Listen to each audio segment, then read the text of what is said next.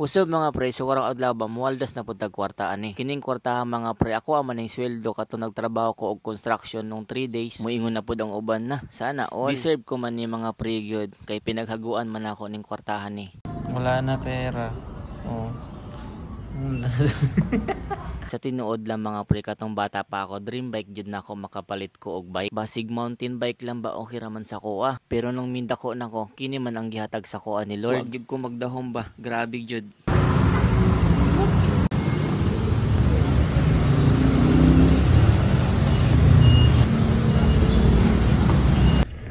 Yo, what's up guys? So ngayong araw bibili tayo ng PG1 sa Yamaha. Yan, bibili tayo ng PG1 sa Yamaha. So bagong labas nila yon. So pang off-road din, magkakaroon ng kapatid yung ating Baby Raptor. Kasi yung ating NMAX guys na sold na. So binenta ko na nung nakaraan. So magwa 1 week sa atin wala yung NMAX natin. Kaya ngayon bibili natin ng bagong motor naman. So kapatid nito ating Raptor. So pang service lang natin. Pang dito lang, pang bahay, pang gym. Pwede din tayo pang off-road pag nag-nature tayo. Pwede yun. Kaya goods na goods sa atin yan. So yeah. So papunta ngayon sa Yamaha Tansa. So sana makakuha tayo ng unit doon. Cash. Fully paid to. Hindi tayo maghuhulugan. Kasi pag naghulugan guys, sobrang mahal ng ng interest.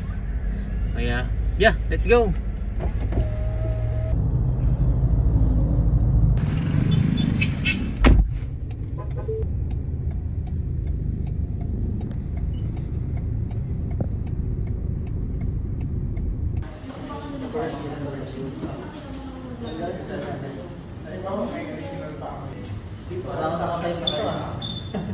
Ito guys. Naman.